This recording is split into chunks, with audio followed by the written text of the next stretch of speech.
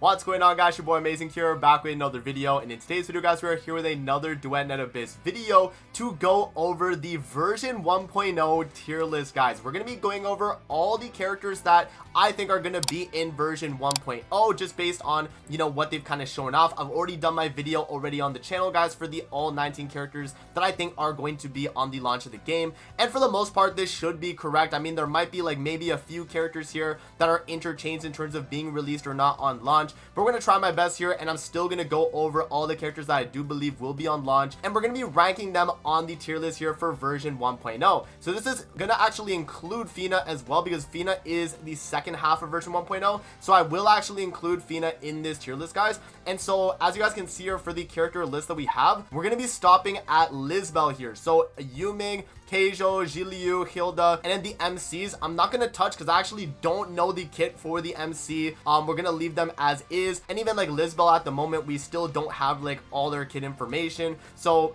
on launch of the game, obviously, if she is very good, I'll have to make like a pin comment or something to let you guys know. But with that out of the way, guys, let's hop in and let's actually go over the tier list here, covering every single character that's going to be available on version 1.0 of the game. Starting out with the first character here, guys, we have Berenica. So Berenica is going to be a DPS character. Her weapon proficiency is mainly going to be through swords and dual pistol. Now for her first skill here, guys, Faint Light, Berenica dashes forward, dealing AoE damage 4 times along the way. Now moving on to her ultimate ability, Nether Flames is going to switch the melee weapon to Ymir and cast one sword wave effect.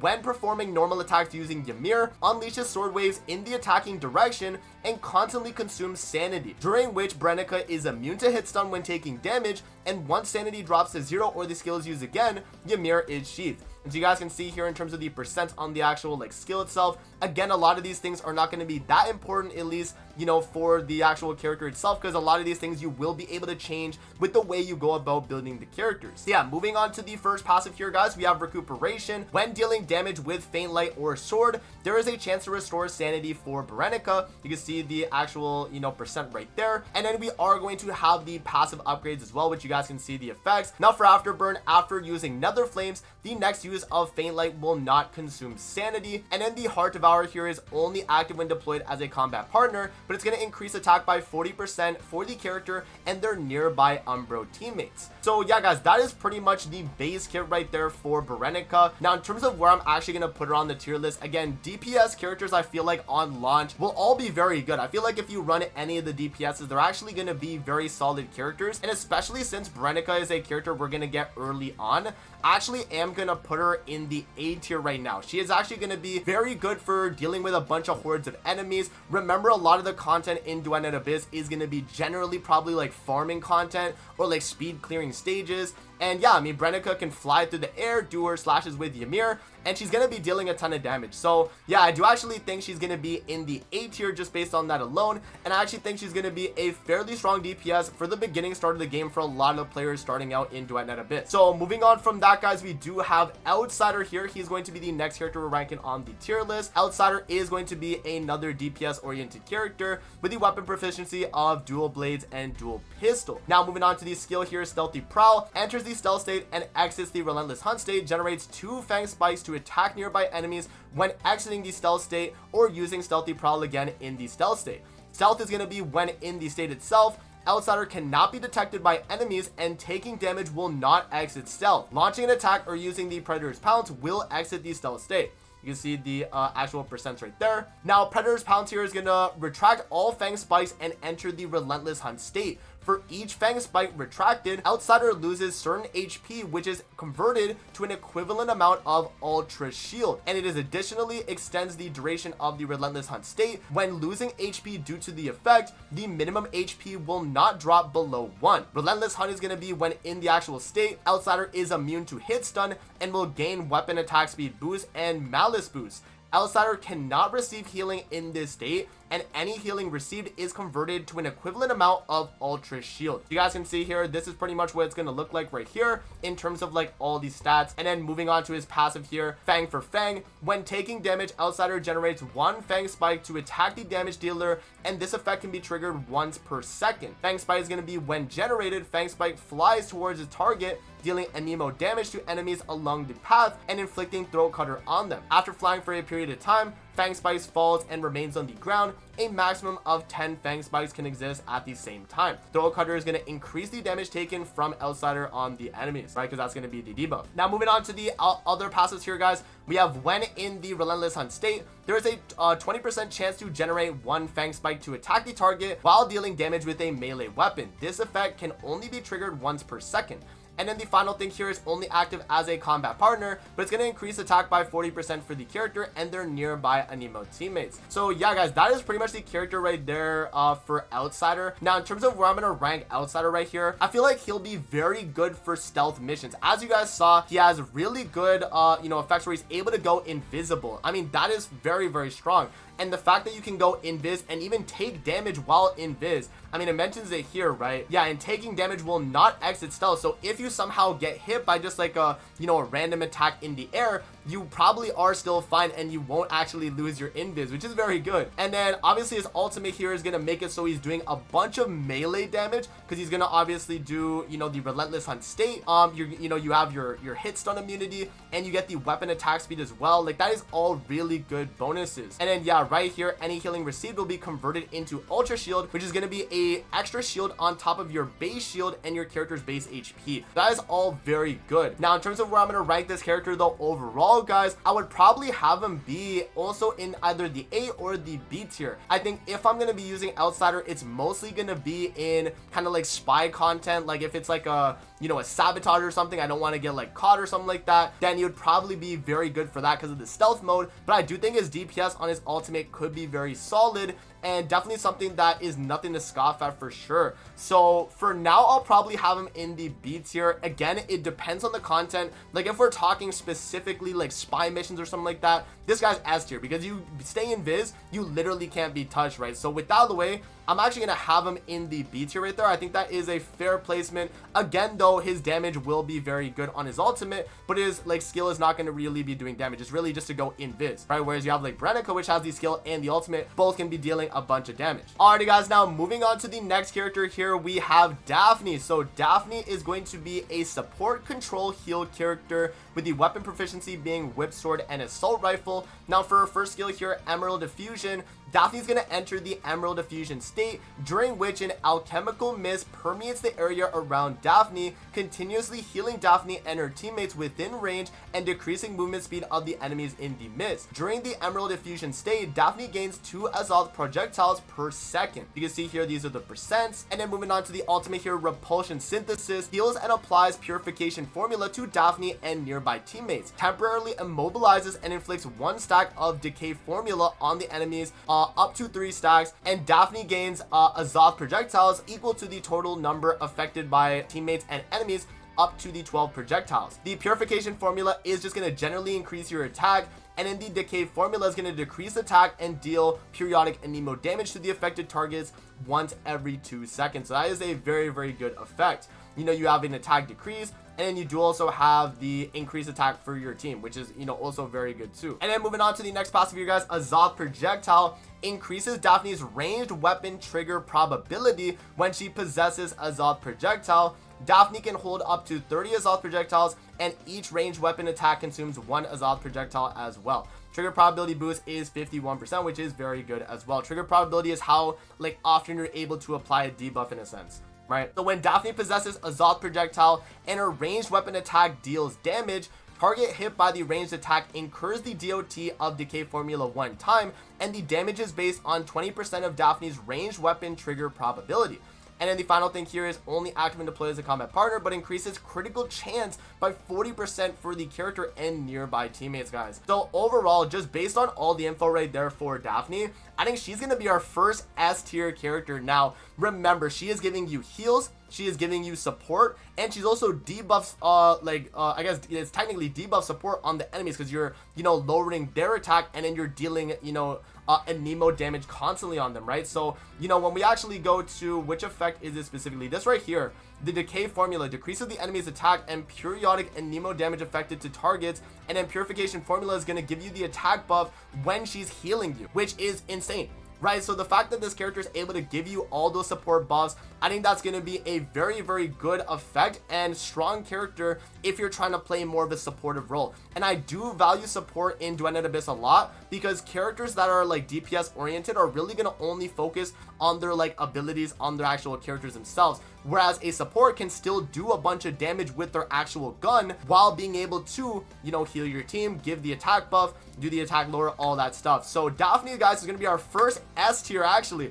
Very, very good character, and one of those characters that I think everyone should definitely invest in on the launch of the game. Alright guys, now moving on to the next character here, we have Lynn. So Lynn is going to be a DPS character with the weapon proficiency of Greatsword and Dual Pistol. Now for her first skill here, guys, Deadly Blossom deals pyro damage to enemies in front and inflicts laceration.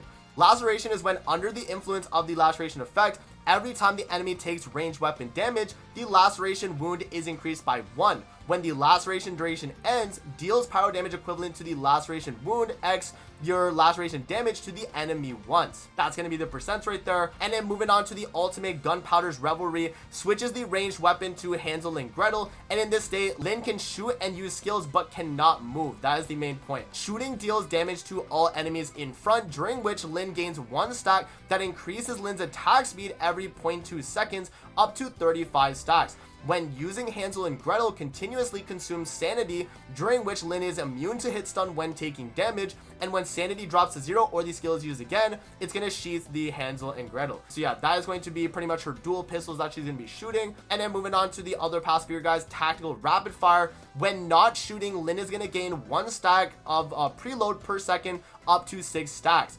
When shooting, consumes all stacks of preload to gain Suppressing Fire for a period of time. Suppressing Fire is going to increase the damage based on the number of consumed preload stacks, and cannot gain preload stacks during Suppressing Fire. So you can't really, like, you know, have it being stacking while you're actually getting the damage buff. So yeah, and then for other passives here, guys, immediately removes laceration and deals damage once the lacerated wound reaches its maximum, and then only active when deployed as a combat partner, but increases attack by 50% for the character and their nearby pyro teammates. So overall, guys, I think Lynn is going to be a character that's going to be a very easy DPS to play, because the way she works is you use her ultimate, and any character on the screen, like, I don't know if it says it here, but literally any character on the screen, yeah, shooting deals damage to all enemies in front. It's so absurd, man. Like, you literally hold you press your ultimate, it puts you into the mode where you have Hansel and Gretel, and you just shoot a bunch of enemies in, like, on your screen. Whoever's on your screen is dying, right? So that's what Lynn's able to do, and it's so insane too. So yeah, like, the only thing that, like, I guess would be like a gripe, and this goes for also a character like Berenica as well, though, is the sanity drain as you use it. And you can see here, it costs 30 sanity per second when you're using it. That's a lot, but there is ways to alleviate that, and there's going to be characters that are going to give you constant sanity anyway. So with that being said, I think Lynn's going to be another A tier DPS character. Very, very strong. I think she'll only really struggle when it's like maybe single target based, because I don't know exactly if her ultimate's going to work on boss stages, because boss stages, they might be immune to, like, taking the hits from Lynn's Hansel and Gretel. There are some, you know, scenarios where you might not be able to do that. If that is the case, though, again, then she might even be an S tier as a character for a DPS. But right now, just with preliminary information, I'm going to go with A tier for Lynn. She is really insane, though, guys. Like, literally any character on your screen will just die. Okay, she's just broken. Alrighty, guys, now moving on to the next character here, we have Phantasio. So Phantasio is going to be a DPS character with the weapon proficiency of Greatsword and Shotgun. Now moving on to his first skill, Risatativo, I think that's how you say it.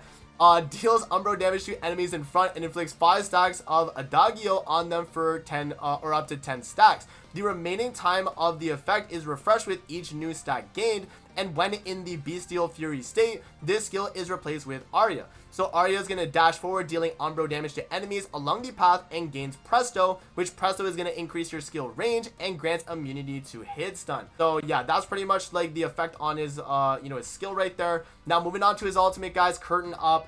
enters the Bestial Fury state and constantly consumes sanity. When sanity drops to 0, the Bestial Fury state will end. Melee attack is replaced with the Furious Claws, performing up to 4 consecutive attacks to deal Umbro damage. When used in the air, Phantasio performs a plunging attack and deals Umbro damage to enemies within range. Ranged attack is replaced with the Mournful Howl, firing an energy beam to deal Umbro damage as well. And when the 3 hit of Furious Claws and Mournful Howl deal damage, it triggers Duo. When the 4 hit of Furious Claws and the plunging attack deal damage, triggers Fermata. So Duo is going to be a certain amount of immersion. This effect can only be triggered once every 1 second. So Fermata is going to increase the Phantasio's damage based on the target's Adagio stacks, then removes all Adagio stacks. And when there are 10 Adagio stacks on the target, restores Phantasio's sanity and grants a certain amount of immersion. This effect can only be triggered once every attack. So yeah, again, like, that is a very strong effect. He's able to give himself sanity back, and yeah, I mean, you know, that is really good considering this is a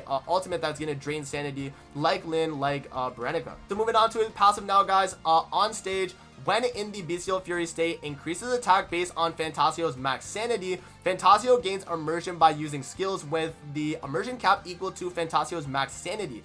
Using the first skill right there, the Recitativo or Aria, gains a certain amount of immersion, and when in the Bestial Fury state, constantly gains immersion per second, and immersion is going to reach its maximum in the Bestial Fury state, where Phantasio enters the Bestial Fury Devotion state.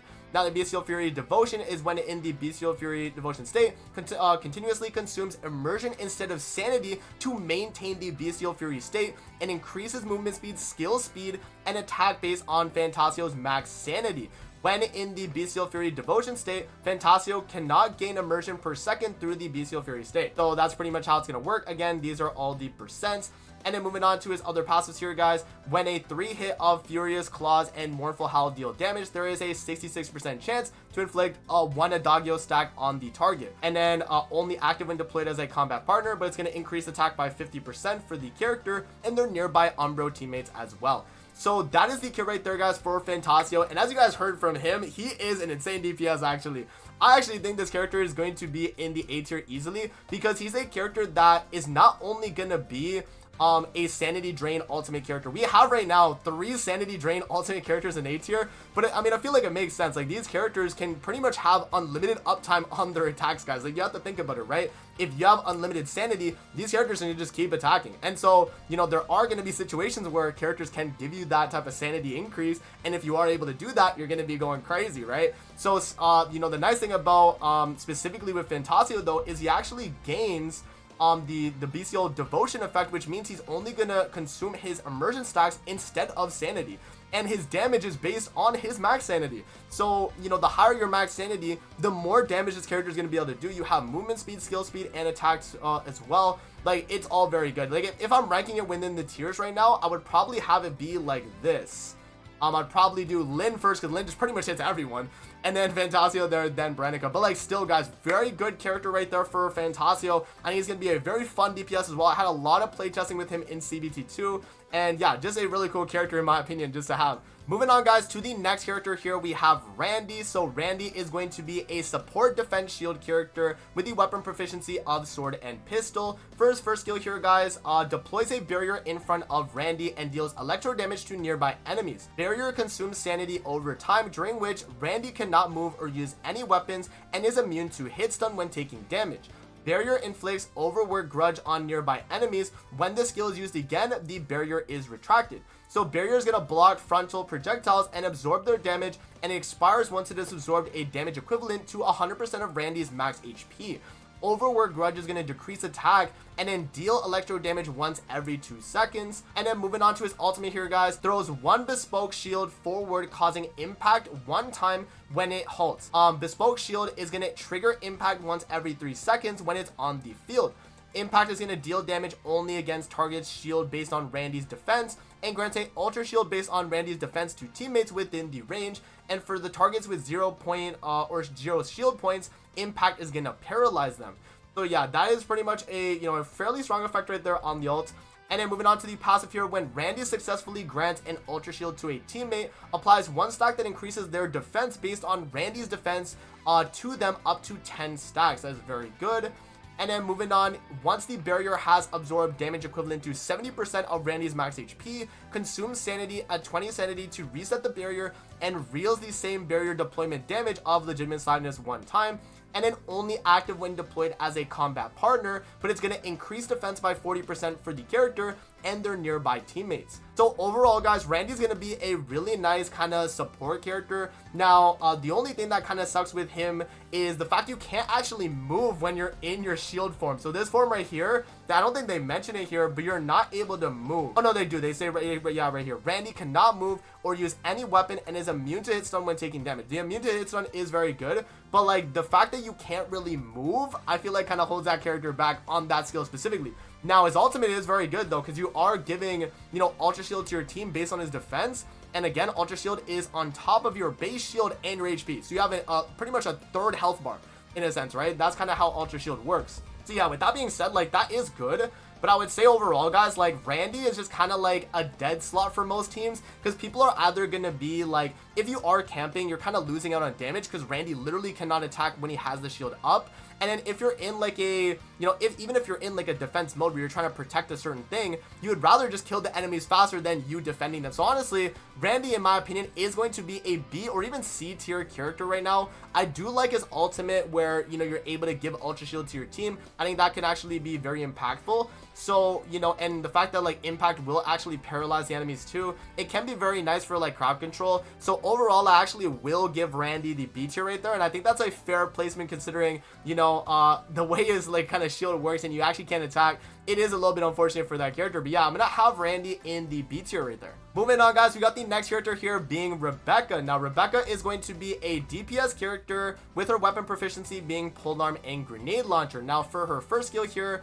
Aurelian Caress summons one Aurelia Arita. A maximum of 3 can exist at the exact same time, and Aurelia Arita inherits 100% of Rebecca's stats, continuously dealing hydro damage to nearby enemies. And then moving on to her ultimate here, Lada's Love Do, deals hydro damage to nearby enemies, and the damage is increased based on the number of Poison of Love stacks inflicted on the enemies. Now the passive right here, True Love Trial, when dealing damage with a melee weapon or Aurelia's Arita attack, inflict 1 stack of Poison of Love on the target up to 6 stacks, and Poison of Love is going to deal hydro damage once every 2 seconds, and when defeated enemies inflicted with Poison of Love will actually transfer their Poison of Love to nearby enemies based on the current stack count and remaining duration. And then moving on to our other passive right here, when dealing damage with a normal attack using a melee weapon, there is a 25% chance to have Poison of Love inflicted on the target to deal additional damage once. Dealing damage with Lada's Love Do will always trigger this effect, and then also she can be used as a combat partner to increase 50% attack for nearby Hydro teammates. So yeah, right there, guys, in terms of Rebecca,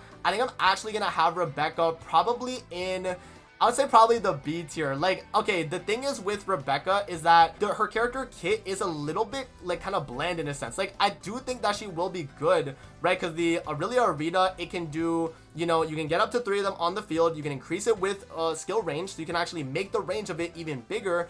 And yeah, I mean, the Poison of Love kind of transferring over is nice too, but the only thing that kind of sucks is her ultimate here is just a nuke, and it doesn't really do anything else. You don't really get any other, you know, kind of bonus here. It's really just you rip the ultimate and it does a bunch of damage, right? There's no like, I don't know really how to explain it, but Rebecca is kind of like a very simple DPS in that sense. That doesn't make her bad, and I actually do think that she probably has damage potential at around the same level of these other DPSs.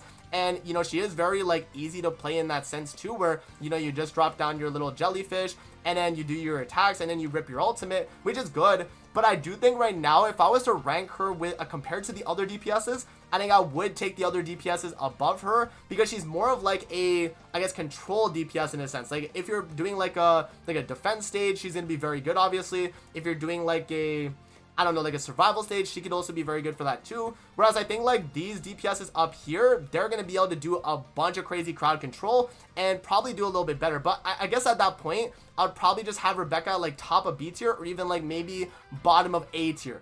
That's probably like the best I'll give her. Like, she is a good DPS, guys. She's just a very simple one and doesn't really do too much. You really only have the Poison of Love stacks. That's all you're really getting. So that's where I'm gonna have Rebecca, guys. Again, like I'm not trying to like, you know, downplay these characters. I actually used Rebecca a lot in CBT1 and I thought she was very good, but I do think that, you know, other DPSs are definitely gonna outperform this character overall, but her AoE potential is very good. So let's not get that twisted. I think she can be very good in, you know, defense or survival type missions. Alrighty guys, now moving on to the next character here with Rhythm. So Rhythm is going to be a DPS character with the katana and assault rifle weapon proficiency. Now first skill here, Volt Rush. Rhythm is going to leap forward, dealing electro damage to enemies along the path, and when the electro or electric energy point is no less than 30, grants or consumes 30 points to increase the leap speed and the Volt Rush damage, and grants an effect that increases the damage dealt by Rhythm, and you can see here the actual damage percent. Now moving on to our ultimate, Electro Vortex, deals electro damage to enemies within range and enters the Electro Surge state, during which it continuously consumes sanity. Electro Surge is going to increase movement speed for Rhythm and her nearby teammates, and deals electro damage to one random enemy within range per second, and alternatively inflicts a positive and negative charge on them, prioritizing enemies without electric charge. Now electric charge is going to target with a positive charge, selecting one random target with a negative charge within range every 3 seconds, both being pulled towards the midpoint between their positions and taking electro damage. If no negative charge target are around, select one random target to take electro damage together, and when a target with electric charge is inflicted with the same charge type again, the duration of the electric charge on them is refreshed and cannot be applied with the opposite electric charge type. So that's gonna, you know, be that right there. You guys can see the actual effects for the electric charge, whether being positive, and then also the actual like damage percent as well. And then moving on to our passive right here, guys, Tactical Preservation. When consuming sanity, converts a percentage of consumed sanity into electric energy, and the upper limit of electric energy is equal to the max sanity. So that's gonna be the percent right there. And then the power off anxiety here is when consuming electric energy, converts 50% of the consumed electric energy into sanity, and then only active when deployed as a combat partner, but she's going to increase attack by 40% for your nearby electro teammates. So overall, guys, Rhythm is a character where she's going to be kind of a mid-tier DPS in my opinion. It's kind of similar to Rebecca. She's going to be able to do a bunch of damage very quickly. She has like really good burst damage. If that's what you're looking for, where you want a bunch of damage like really quickly, she can do that. And Rhythm has a lot of movement tech too, because she's pretty much the like ODM gear from AOT. She can like, she's able to like glide through the area. She deals a bunch of electro damage as she's gliding through the enemies, and that burst damage is very good. But I think her burst damage versus having a character like with like a continuous ultimate like Lynn, Phantasio, Berenica, I think that probably will out DPS her pace. And yeah, I mean, obviously, you know, she does have effects that are gonna give her a lot more sanity back, right? You're gonna get convert 50% of consumed electric energy into sanity. You know, you're when consuming sanity, you convert a certain percentage of it into electric energy, so it kind of like counteracts it, and you get like both sanity and electric energy, so it is good. But I do think that at the end of the day, like a ultimate that consumes sanity with a bunch of sanity buffs will probably outdeal with a character like Rhythm, where you're just kind of spamming the ability in that sense, if you guys understand what I mean. So yeah, I do think Rhythm is good, and she definitely is going to be a better DPS than like Outsider. And I mean, Randy's not a DPS, but she is very solid, and I think B tier is a fair spot for Rhythm right there. Alrighty guys, now moving on to the next character here, we have Sibylle. Now Sibylle is going to be a DPS character with the weapon proficiency of Whip, Sword, and Pistol. Now for her first skill here, guys, Divine Conqueror, deals electro damage to enemies within range in front, and creates a field of Legion's punishment at the locations. Legion's punishment, when created after a 1.5 second delay, Legion's punishment will consume a certain amount of the Might of Thunder every 0.4 seconds to deal electro damage to one random enemy within range, lasting up to 10 seconds. And when the Might of Thunder drops to 0, the Legion's punishment dissipates. A maximum of Legion's punishment fields can exist at the same time, like a maximum number of them. So I think it's what does it actually say? Oh no, I don't know if the website here for Borhat GG actually mentions it, but I think it is only 2 at one time. Yeah, so I think it is only 2 Legion's punishments at once. And then moving on to our ultimate here, guys, Stormcaller summons the Chaotic Thunder Orb. A maximum of 1 can exist at the same time. It's going to consume Might of Thunder to summon an enhanced Chaotic Thunder Orb. The interval for the enhanced Chaotic Thunder Orb to trigger Devastating Storm to reduce is reduced by 2 seconds, and its link damage is increased. Now, Chaotic Thunder Orb is going to inherit a certain percentage of Sibylle's max HP with 0 defense, and is considered an enemy unit. One summoned Chaotic Thunder Orb calls for Devastating Storm once every 3 seconds and links to the furthest enemy within range. It links one more enemy per second up to 10 enemies, dealing electro damage to the linked targets once per second. When Chaotic Thunder Orb takes damage, it transfers the damage taken to the linked targets at a certain percentage, and Devastating Storm is going to deal a bunch of electro damage to nearby enemies. So yeah, very, very strong effect. And then for the Might of Thunder here, guys, when the damage dealt triggers bonus effects, Sibylle gains certain points of Might of Thunder up to 300 points.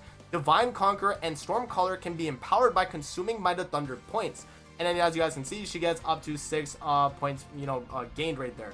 And then damage dealt by Divine Conqueror and Legion's Punishment have a 100% melee weapon trigger probability to trigger the bonus effect based on Sibylle's melee weapon trigger probability. So the higher you have that, the easier it is to actually, proc the damage dealt, right? Only active when deployed as a combat partner, but she's going to increase your attack by 50% for the character and nearby Electro teammates.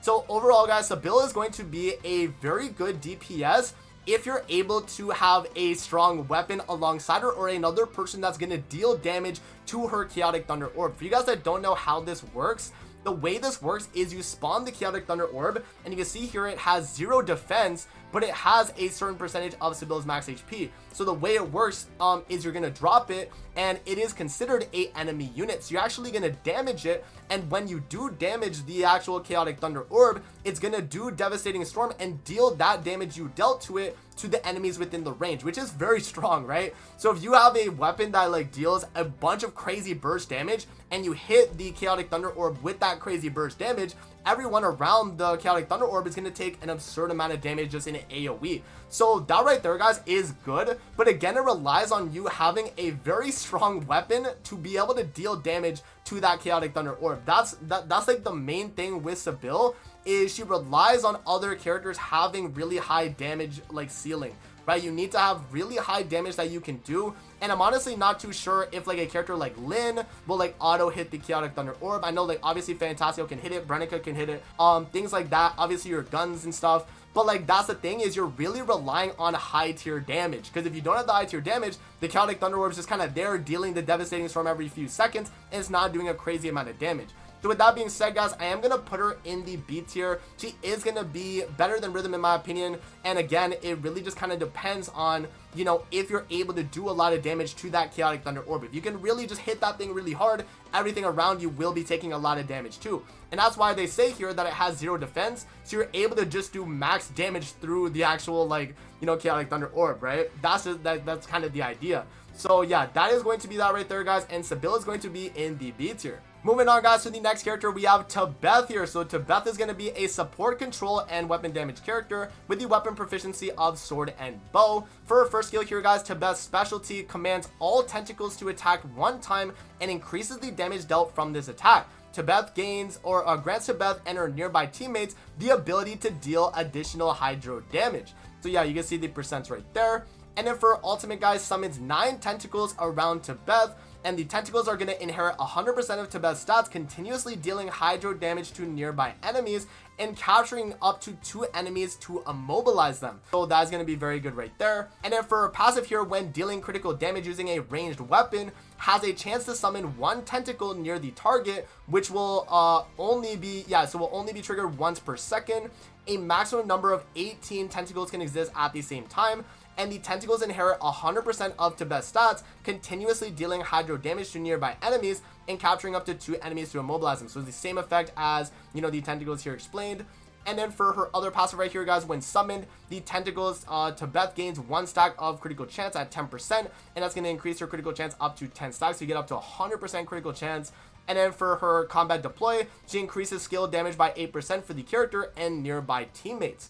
So Tabethe is a actually very good character, guys. I'm gonna put her in the A tier. Now, Tabethe is a character that I think you will actually use in pretty much all content in the game. The only time you're really never gonna use her is on boss stages. So if you're doing like Nocturnal Echoes, you're not gonna run her in that, but you're gonna use her in stages where you're doing a lot of farming. If you are farming, this character is S tier easily, because her tentacles, they're gonna immobilize 2 enemies per tentacle, and you can get up to a maximum of 18 of them. So that means you would have, 36 enemies like just locked in the tentacles, and they can't do anything. They're literally stuck and they're immobilized. right? So that right there is an insane effect. She also gives your nearby teammates additional hydro damage. So if you are like, if you're just shooting an enemy, you now also deal hydro damage to the enemy as well because of Tabethe giving you the skill buff. So with that being said, guys, like, she is a very good support. Again, it depends on the content, which is why I'm not going to put her in S tier, because if she was able to be like, you know, if her ultimate tentacles grabbed a boss, then oh my god, she's instantly S tier. But the fact that she's not able to grab bosses, I feel like, you know, lowers her a little bit. But again, like, her potential in farming is still god tier. Like, she's like just insanely strong in that type of content. So I am going to give Tabethe at the end of the day the A tier. Again, very strong character, really good as a combat partner as well, providing the skill damage as a combat partner while being able to give you a bunch of the other effects from the tentacles themselves. So just another really good character, guys. Alrighty, guys, now moving on to the next character here, we have Truffle and Fibert. So Truffle and Fibert is going to be a support character, is going to be a polearm and bow weapon proficiency. Now for the first skill here, Trotter's Trot Trot, commands Fibert to charge forward, dealing an Nemo damage to enemies in the path. Upon hitting any obstacles, deals AoE Nemo damage at the endpoint. When using this skill, heals Truffle and Fibert and her nearby teammates and increases their damage when Truffle rides on Fibert. This skill is replaced with the Trotter's Charge. Now, Trotter's Charge is going to be a long press for sustained charge, continuously consuming sanity and dealing a Nemo damage to enemies in the path. Upon hitting an obstacle, Fibert will stop charging and dealing AoE and Nemo damage at the end point. So yeah, that's pretty much how it's going to be, and it is through HP scaling, right? So, you know, percent of her HP is going to be how she's able to deal her damage. Now for the ultimate here, tummy full, hands full, Truffle rides on Fibert and gains 100 points of passion for work and a movement speed boost, dealing a Nemo damage to enemies in the path when moving. When riding on Fibert, Truffle is unable to use any weapons but can command Fibert to attack. And when this skill is used again, Truffle dismounts and unleashes Trotter's Trot Trot once.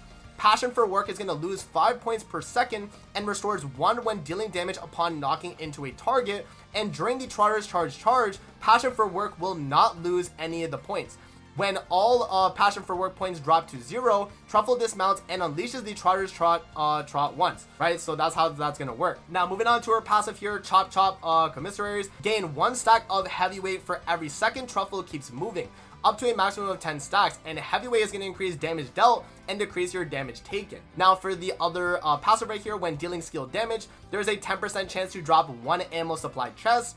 And then the final effect here is only active when deployed as a combat partner, but it's going to increase malice by 15% for the character and nearby teammates when 2 or more in the of the characters in the team share the same element. So overall, guys, in terms of where I'm going to have Truffle and Fibert, I think she's going to be a very good character. Again, she's giving you, you know, yeah, for herself, she has a bunch of damage dealt, damage reduction. She is HP scaling in that sense. She can actually heal, I think, as well. Yeah, she does also have healing as well when she has her ultimate up. So with that being said, that's very good. She's also going to be a very fast moving character. Again, when she's on the Fibert character, she's going to be able to move really, really fast along the actual field.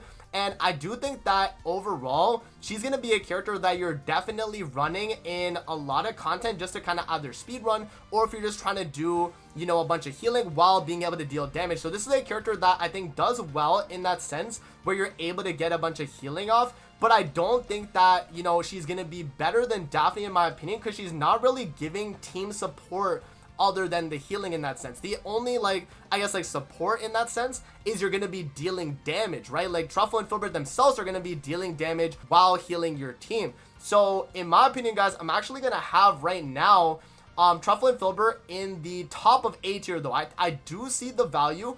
The healing is obviously very nice. You do obviously boost her own damage, and she's able to deal a lot of damage with that as well. Again, like, the main thing that's, like, kind of holding her back in my opinion versus a character like Daphne is the fact that Daphne is giving you support while healing. So she's giving you both. Truffle and Fibert's giving you damage and healing. So I guess that's up to you. Like, do you value more damage for herself, or would you value support that Daphne is giving, like, your attack up and I think it's what she gives, like, movement speed and stuff too, right? So, like, yeah, it's really up to you in terms of that sense, guys. Do you value Truffle and Fibert enough to have her in the S tier for that? I would probably say no. I would still probably keep her in the A tier there. But yeah, still a very strong character. And again, if you're not using Daphne, Truffle and Fibert can be very good, especially if you build her for full DPS and you're healing your team. Alright, moving on now, guys, we have Yale and Oliver here. So Yale and Oliver is going to be a DPS character with the weapon proficiency being sword and shotgun. So first skill here, Top Popper drops a bomb named Top Popper, assuming the form of either Top Popper Yale's make or Oliver's make. Upon landing, the bomb explodes after 2 seconds, dealing pyro damage to enemies within a cross-shaped area and detonating any other Top Poppers within the range. And a maximum of 10 Top Poppers can exist at the same time. And the Yale's make is going to be when dealing damage, creates or causes greater stance reduction to the target, which again is going to be how you're able to lower their stance bar. For like bosses, this is very good. The greater difference between Yale and Oliver's like skill range and skill damage provided by the equipped demon wedges, the higher the chance of deploying the Top Popper's Yale make. If the difference is no less than 50%, it's guaranteed to be the Yale's make version. Now for Oliver's make, it deals higher damage. The greater the difference between Yale and Oliver's skill damage and skill range provided by the equipped demon wedges, the higher the chance deploying the Oliver's make. If the difference is no less than 50%, it's guaranteed to be the Oliver's make. So depending on if you have higher skill damage versus your skill range, guys, is going to be depending on which buff you're mainly getting for Yale and Oliver. That's going to be how that works right there. And then moving on to the ultimate, generates the Nightmare Lab around Yale and Oliver. Using the skill again can close Nightmare Lab in advance. And Nightmare Lab is when in the area Nightmare Lab, the movement speed of enemies within range is decreased. The detonation timer of the Top Poppers on the ground are paused, and they won't be detonated by other Top Poppers. And when the Nightmare Lab closes, detonates all Top Poppers within range, and the lab explodes to deal pyro damage to enemies within the range. And for each Top Popper that is detonated, increases the explosion damage of the Nightmare Lab and restores sanity for Yale and Oliver. So yeah, obviously like very good effects right there, guys, in terms of how he's able to go about it. And then the passive right here, the rules of bomb. A Top Popper is deployed if it's no less than 2 meters above the ground. It deals pyro damage to nearby enemies upon landing. And then each time a Top Popper is deployed, Yale and Oliver gains 1 stack of the bombing frenzy, up to 3 stacks.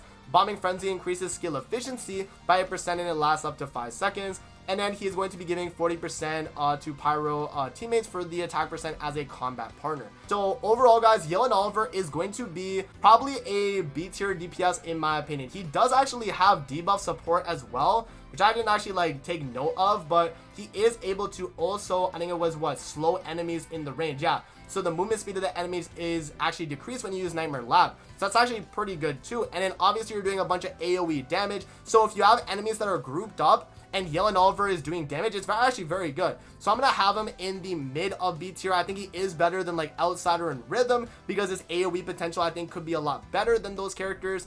But I do think that Sibylle and Rebecca probably have just better AoE in general, and you would probably just use them over, Yale and Oliver if you're looking for that type of AoE damage. Like, yeah, he is really good in that sense, but he, the thing is, in terms of like the actual AoE itself, is not going to be as big as, like Rebecca or like, the way Sibylle is going to be able to deal her damage. So yeah, I do think Yale and Oliver is like a B tier DPS, guys. Pretty solid, but not going to be like anything super crazy there. So that is going to be him. Let's move on now to Psyche. Alrighty, guys, now moving on to the next character here, we have Psyche. So she's going to be a DPS character with the weapon proficiency of Polearm and Assault Rifle. Now for her first skill here, Chrysalis Dreamweave creates 1 phantasm and flashes forward.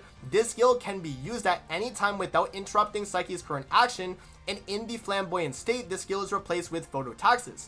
Phototaxis, or a Phantasm right here, once created, the Phantasm continuously slows down nearby enemies, and after 5 seconds it deals a Nemo damage to nearby enemies and vanishes. When a new Phantasm is created, the existing Phantasm immediately deals a Nemo damage and vanishes. Phototaxis here is going to charge forward in the air, releasing 16 ethereal powders. The ethereal powders automatically lock onto one enemy and dealing a Nemo damage and inflicting 1 stack of the powder stigma up to 12 stacks. Powder Stigma is when a target inflicted with the Powder Stigma takes critical damage from Psyche. 1 stack of the Powder Stigma is consumed to deal a Nemo damage to the target. And then for the ultimate here, Fluorescent Eclosion enters the flamboyant state and gains the ability to fly. When in the flamboyant state, Psyche can only use skills and shoot from her actual ultimate. Flamboyant state continuously consumes sanity, and when the sanity drops to 0, or the skill is used again, the flamboyant state is going to end. And when Psyche's HP percentage is above 15%, Flamboyant State consumes HP instead of sanity.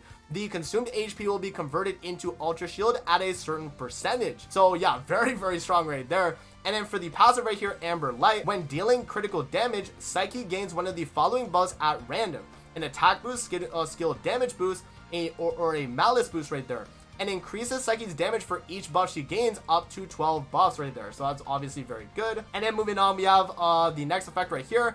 When using Fluorescent Eclosion, if Psyche's HP percentage is no less than 75%, game ephemeral as due for the 30-second duration. And when triggering this effect of Morale or Malice, it regards Psyche's HP percentage as 1%, and this effect can be triggered once every 120 seconds. And as a combat partner, guys, she's going to give you 50% attack for your nearby Anemo teammates. So Psyche, guys, is going to be our first DPS in S tier. Now, the reason why I say this is because Psyche is doing so much. She is, okay, first off, she has debuff support in her skill attack, right? Very good. You know, you have the Anemo damage. It continuously slows down nearby enemies.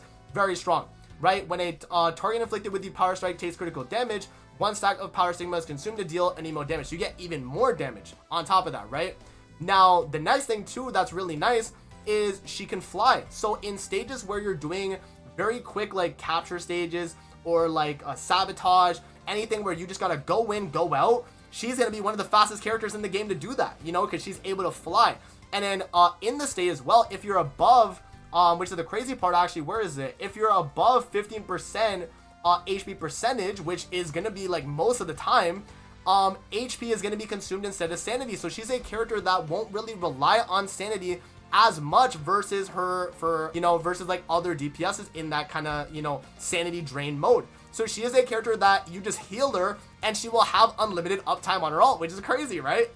Kind of absurd. So yeah, she has all of that. And then the HP converted into Ultra Shield at a certain percentage as well. So you're gaining a 3rd health bar on top of that. Okay, guys? So, you know, Psyche is easily going to be one of the best DPS characters in the game. She has a bunch of support. She has sustainability. Even though she is lowering her HP, it'll switch to sanity once she's less than 15%, HP percentage. Right, it'll switch back to sanity. And then yeah, like, bro, this character is just absurd. So I gotta give her the S tier. Best DPS in the game on launch, guys, for Duet and Abyss. Definitely a character you gotta push for. Again, she is like the character they're selling, and it makes the most sense. She is the best one of the bunch. Alright, guys, now moving on to Margie here. So Margie is going to be a DPS and a polearm shotgun user. Now Margie's treasure shovel here is going to attack enemies within range in front, dealing pyro damage and stunning them. When using this skill by the long press, Margie is going to make a continuous attack where she just like keeps kind of hitting them in a sense, right?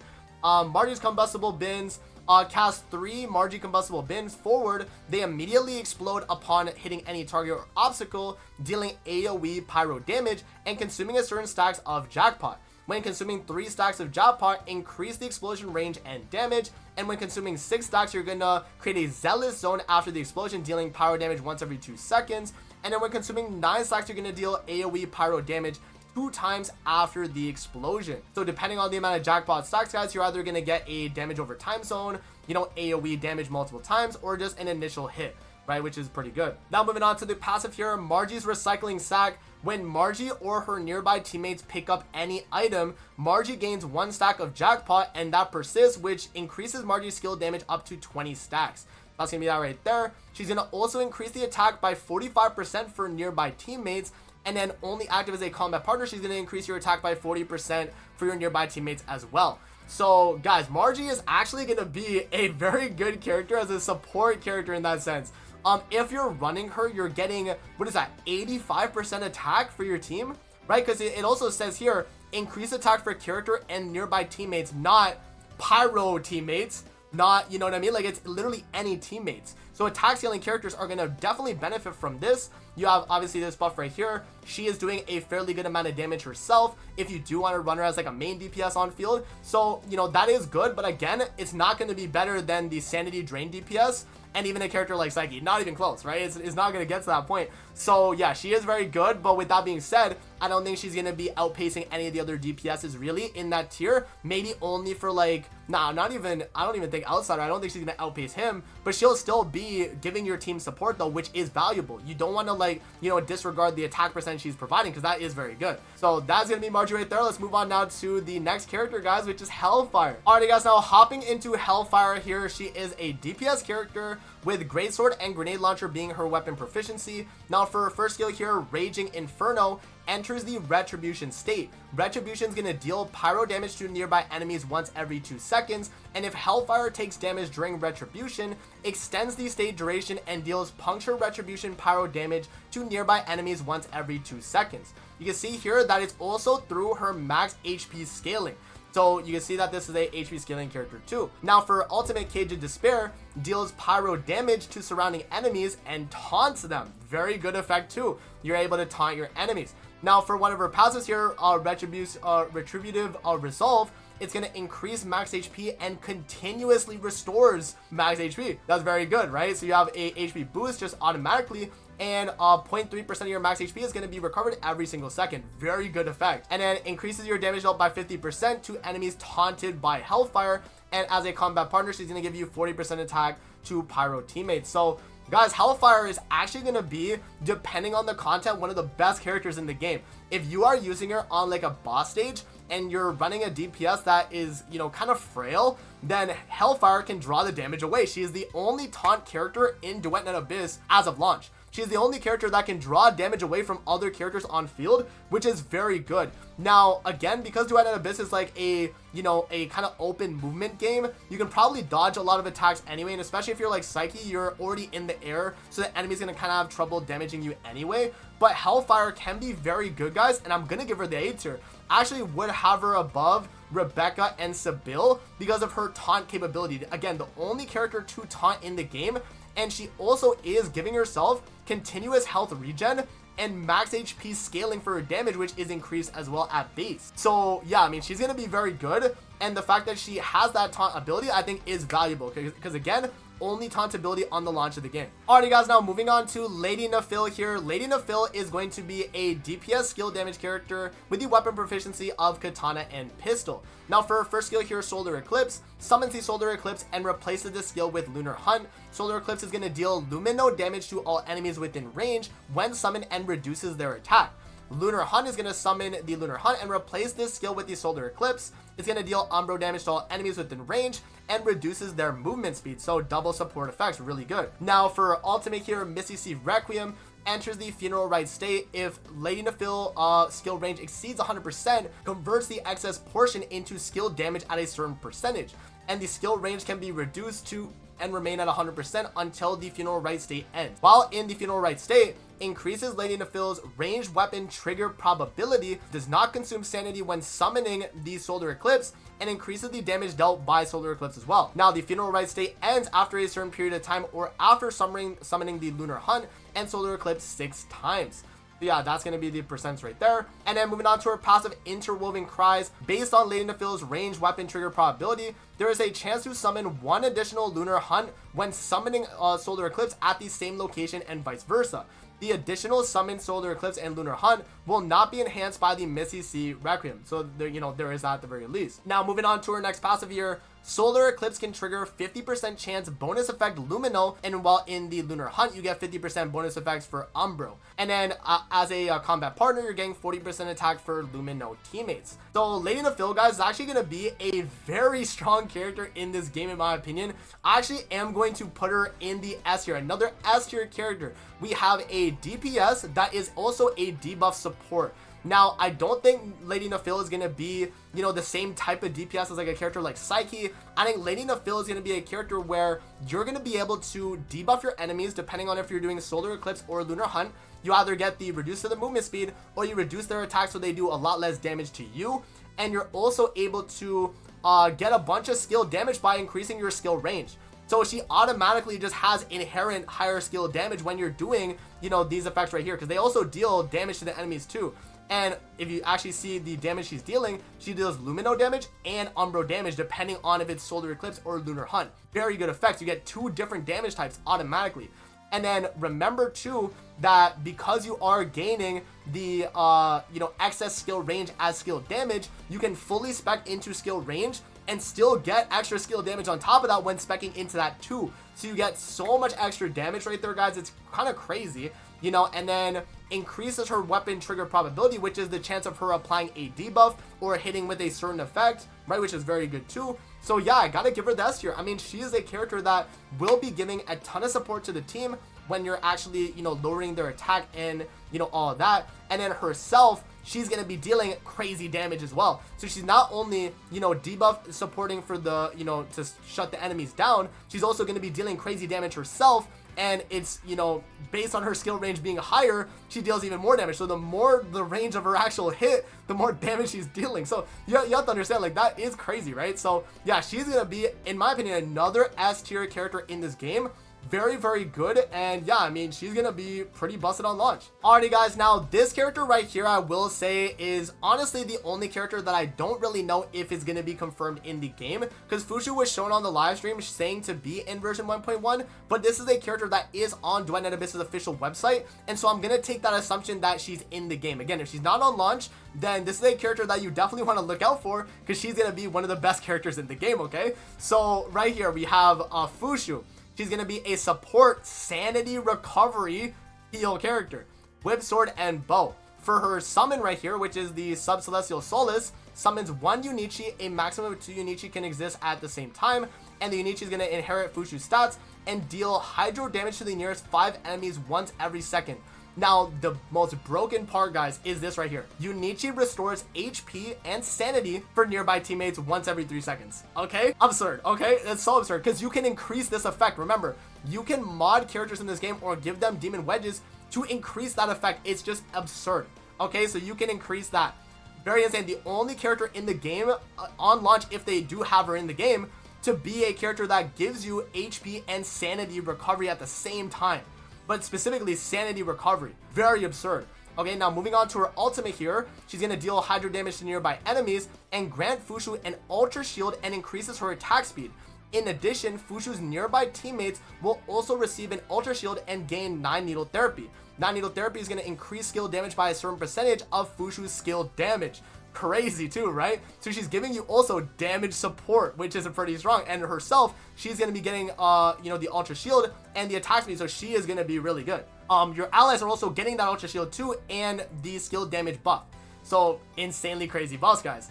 Now, Arceus Revival is when using a combat or ultimate skill, either it's Fushu or nearby teammates will gain 1 stack that increases skill speed up to 10 stacks. The remaining time of this effect is refreshed and each new stack is gained. Insanely strong too. Increases skill damage by 33% per Unichi based on the number of Unichi on the field, and then active when deployed as a combat partner, but increases skill damage by 10% for the character and nearby teammates when 2 or more characters in the team share the same element type.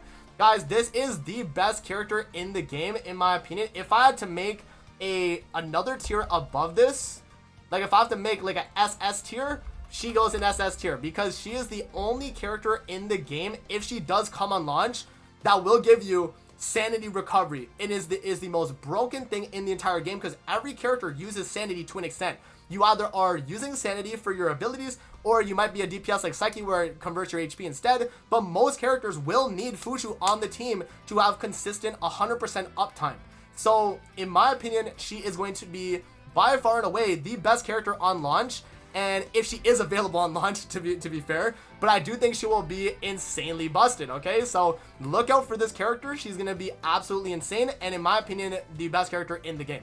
Okay, now the final character here, guys, because Lisbelle right now, I'm gonna put a tier here. We do not know the kit, so I'm gonna do not available right now. I don't know again what Lisbelle is going to be doing, so I am just gonna remove her or I'm just gonna put her in the not available tier. But we do have the last character here being Fina, but remember, Fina is in the second half of version 1.0, so bear that in mind, that this will, you know, be a thing where it's a preliminary ranking before where she will be once she is available in the game. Okay, so bear that in mind. So moving on to Fina here, guys, she is the second half of version 1.0. Now she's going to be a support and weapon damage character with sword and assault rifle as her weapon proficiency. Now for her first skill here, on a warm afternoon, deals lumino damage to enemies within range and decreases their movement speed. When using this skill in the Boisterous Tea Party, the damage is increased and damage range is expanded to the same range as the Boisterous Tea Party. Now what does the Boisterous Tea Party do though?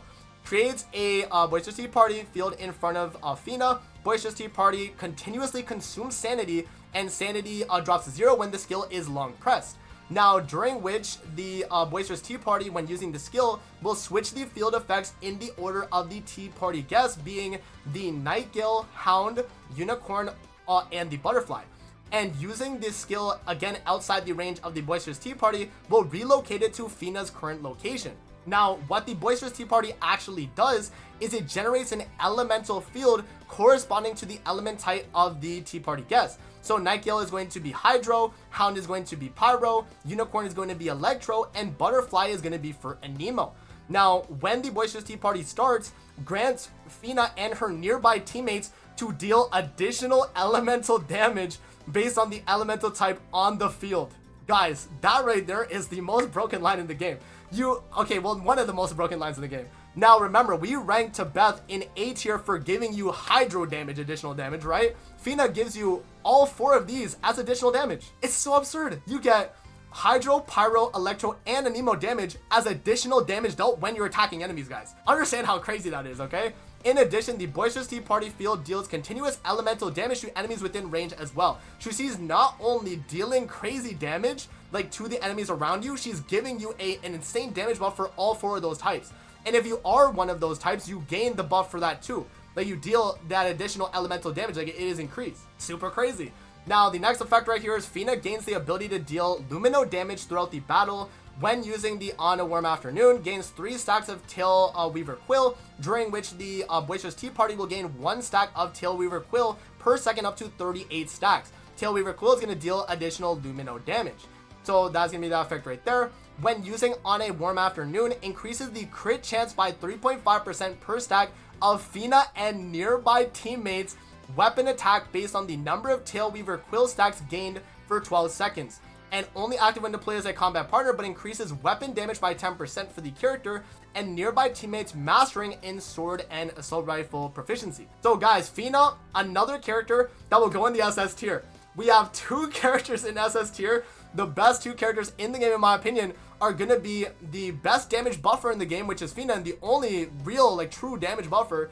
And then we have Fushu as the best sanity recovery healer in the game. That is the tier list right there, guys. Let me know what you guys think in the comment section below. But there you guys go. The rest of the characters here are unofficial characters at the moment. Yuming, Keijo, Jiliu, Hilda are not in the game. And I don't know exactly what the MCs do at this point in the game, because they haven't really revealed anything till obviously the launch of the game. And then again, Lisbelle, they have not revealed her information. On board had GG, they just don't have it here updated. They only have what she's doing, which is DPS, and then, she is a greatsword shotgun specialist. So that is going to be it for the video right there. Again, guys, long video, about an hour long. So make sure to hit the like button, subscribe if you enjoy this type of content. I definitely do appreciate it, guys. And yeah, that is the version 1.0 tier list. Again, subject to change if Fushu's not on this, but Fina will still be that SS tier in my opinion. So, there is that at the very least, guys. So that's going to be it for the video. I hope you guys did enjoy, and I'm going to see you guys on the next one, man. Peace out. Have a great rest of your day, guys. See you later, man.